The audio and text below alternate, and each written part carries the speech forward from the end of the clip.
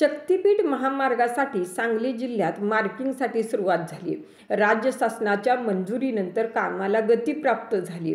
जिल्ह्यातील कवठेमंकाळ, तासगाव, मिरज तालुक्यांना या महामार्गाचा लाभ होणार आहे। नेमकी आणि सविस्तर बातमी पाहण्या अगोदर न्यूज हटके क्रिएशन या आपल्या यूट्यूब चॅनेलला सबस्क्राईब करा। व्हिडिओ आवडला तर लाईक करा।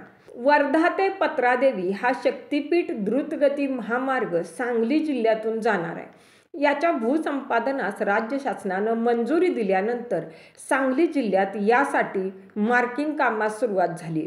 कर्नाळ, पद्माळे, बुधगाव, कौलापूर येथे शनिवारी चिन्हांकन करण्यात आलं।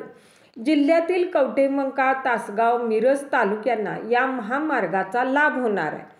वर्धा ते पत्रादेवी हा शक्तीपीठ द्रुतगती मार्ग नागपूर आणि गोव्याला जोडणार आहे। हा एक्सप्रेस वे महाराष्ट्रातील पूर्व, पश्चिम आणि दक्षिणेतील 3 शक्तीपीठांना जोडला जाणार आहे। महाराष्ट्र आणि गोवा यांच्यातील संपर्क सुधारण्यासाठी महाराष्ट्र सरकारने शक्तीपीठ किंवा नागपूर गोवा द्रुतगती मार्ग बांधण्याचा प्रस्ताव ठेवला आहे। 6 पदरी एक्सप्रेसवेमुळे प्रवासाला केवळ 21 तासांवरून 8 तासांवर आणण्यात आले। शक्तीपीठ द्रुतगती महामार्ग हा महाराष्ट्रातील 12 जिल्ह्यांना जोडणारा 802 किलोमीटरचा महामार्ग असेल। सुरुवातीला तो 760 किलोमीटरचा होता, त्यात आता वाढ झाली आहे।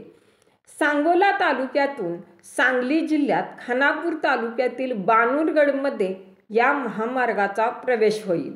तिथून कवठेमंकाळ तालुक्यात तिसंगी, तासगाव तालुक्यातील डोंगरचोनी, सावळज, अंजनी, वज्रचौंडे, मने, राजुरी, मतकुणकी, मिरज तालुक्यातील कौलापूर, बुधगाव, कर्नाळ, पद्माळे, सांगलीवाडी अशा गावांमधून तो जाणार असल्यानं या ठिकाणी मार्किंग केलं जातंय।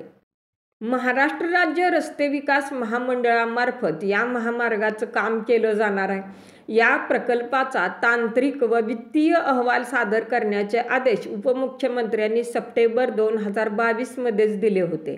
त्यानुसार सादर झालेल्या आराखड्याला 7 फेब्रुवारी 2023 रोजी मान्यता देण्यात आली। या प्रकल्पातून मोठ्या प्रमाणात धार्मिक पर्यटन वाढण्याची शासनाला अपेक्षा आहे।